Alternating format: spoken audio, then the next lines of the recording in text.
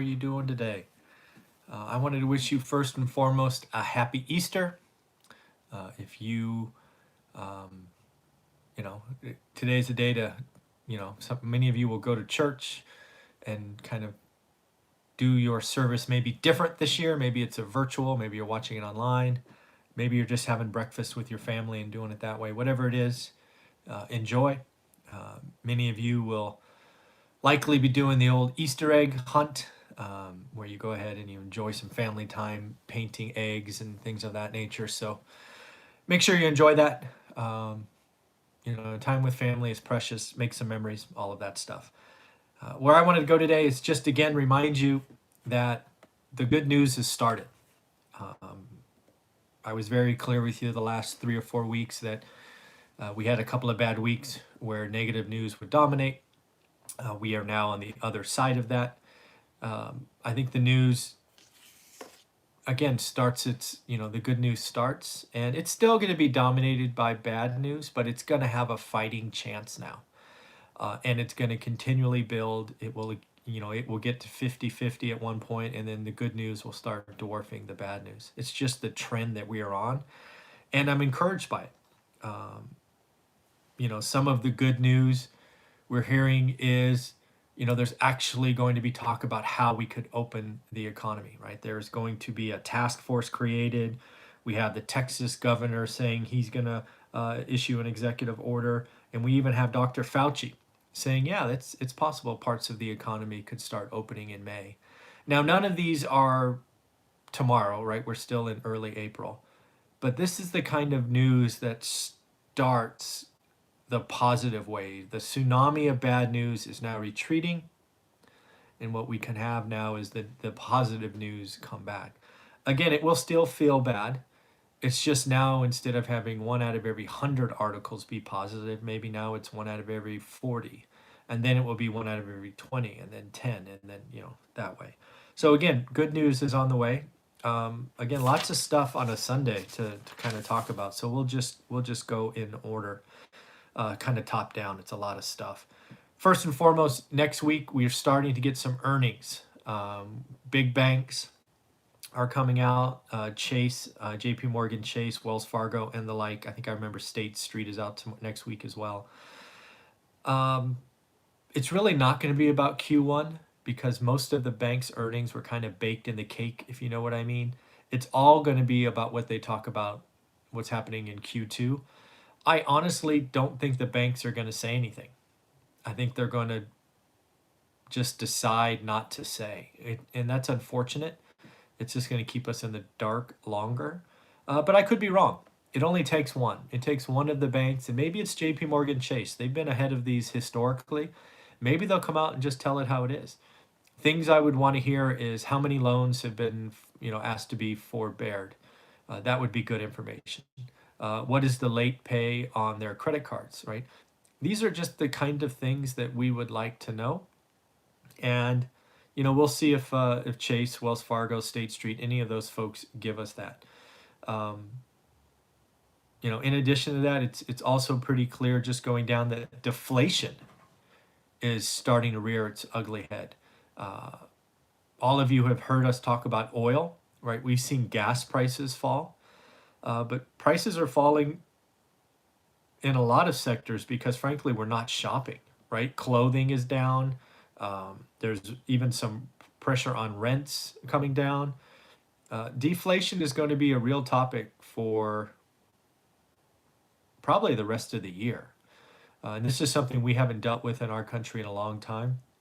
And this will be actually reported numbers, right? We have had deflation in other things, but they haven't hit the consumer in a great number, so they weren't reported. But deflation is going to be a big deal.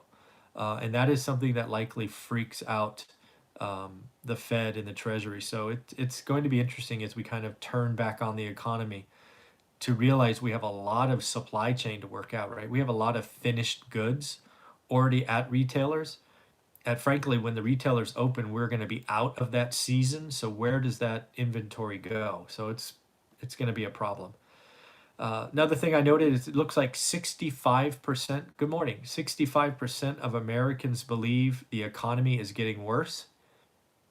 my only answer when I read that article is, what are the other 35% thinking? I mean, are you, I mean, I don't even understand that question. How could 35% of Americans think the economy is getting better?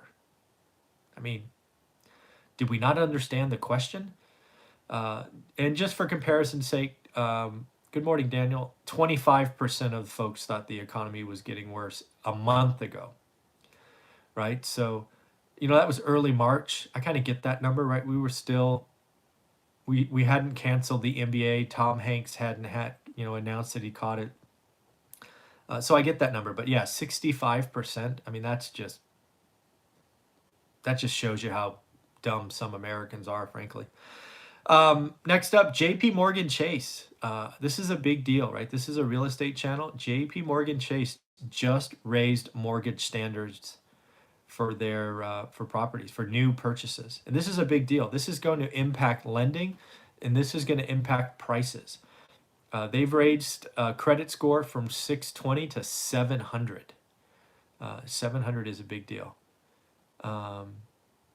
As far as I think deflation is going to win this year, and then inflation comes when more of the economy comes back. I think inflation is the outcome of all the stimulus, but near term deflation is going to win, in my opinion. But back to J.P. Morgan.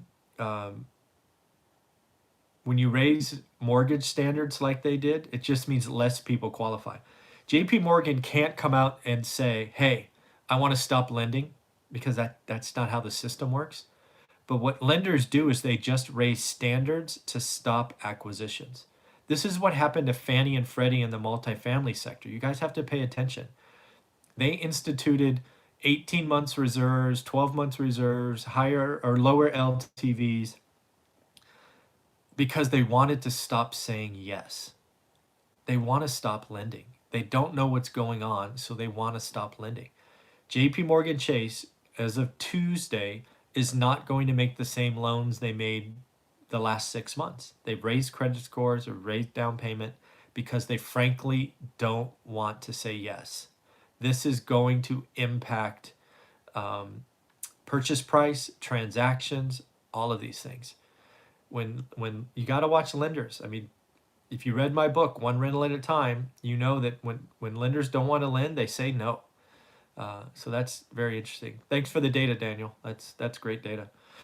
So again, what will happen now, what we have to figure out is, does Wells Fargo, does other big lenders follow JP Morgan's lead? My history is JP Morgan is very, very frequently first on lots of important things, and other banks follow. So I expect other banks to follow, which is going to take transactions lower, which is going to make prices fall, because again, the motivated sellers will be the only ones selling. Looks like Zoom is getting hammered, right? I think it was 6 weeks ago or so, we were talking about Zoom being the answer and all these people working from home. Man, Zoom has had a rough couple of weeks. I think it was a congressman just got Zoom bombed, or whatever that's called. Basically, uninvited guests came in and disturbed, I guess, a highly sensitive meeting.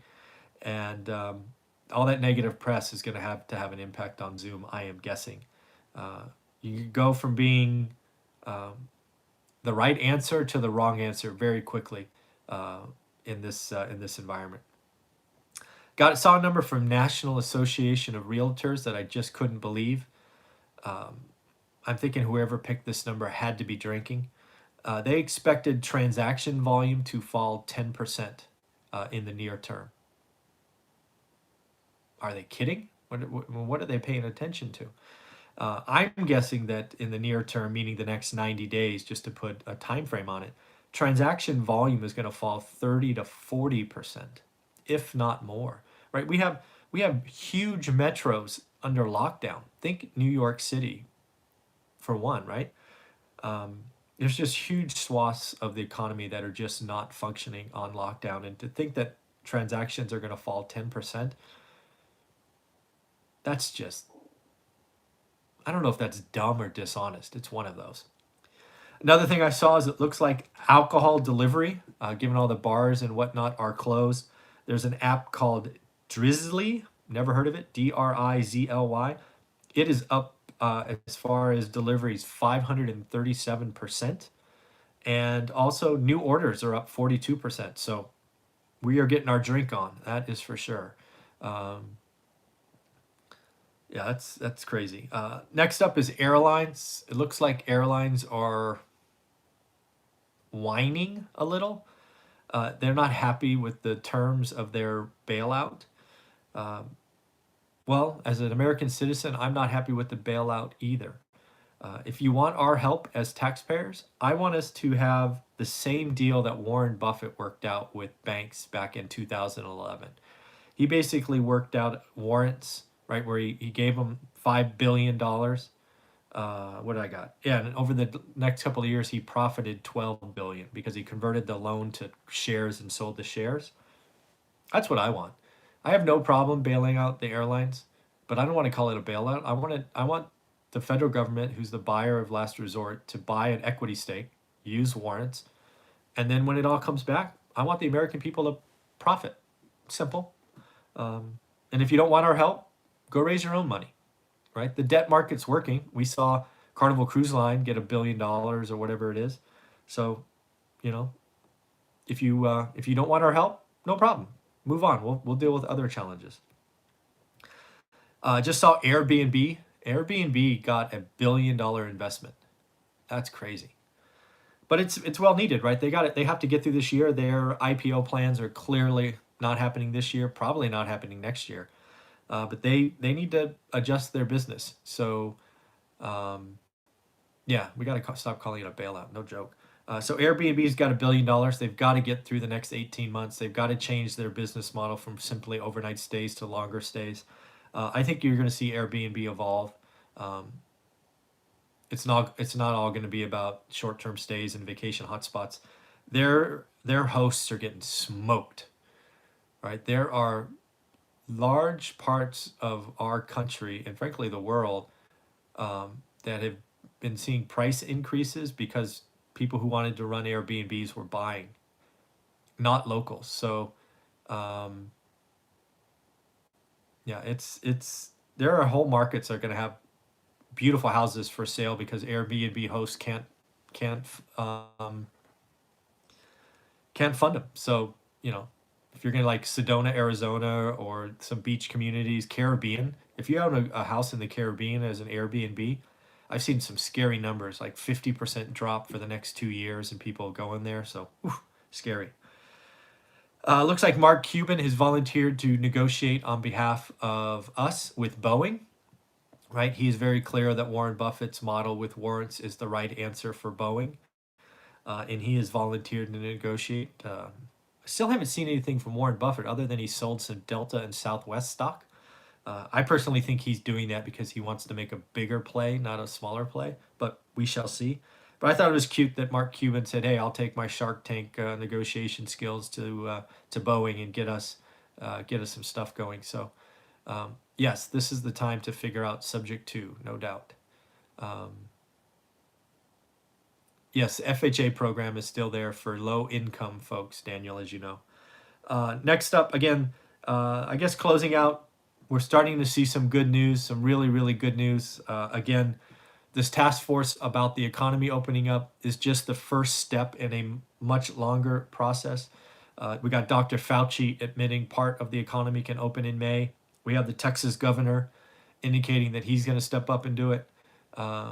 Yes, Sonoma and Napa are going to get hit, no doubt, no doubt. So yeah, that's what I got for you today. I am going to do another live stream here probably in 10 or 15 minutes about some real estate numbers I have found, but I wanted to have that in its own recording given this is a real estate channel. So that's what I got for you today. Happy Easter. Have a wonderful, wonderful day. We will, of course, talk to you tomorrow on our daily Millionaire News. Have a wonderful day. Take care. Bye.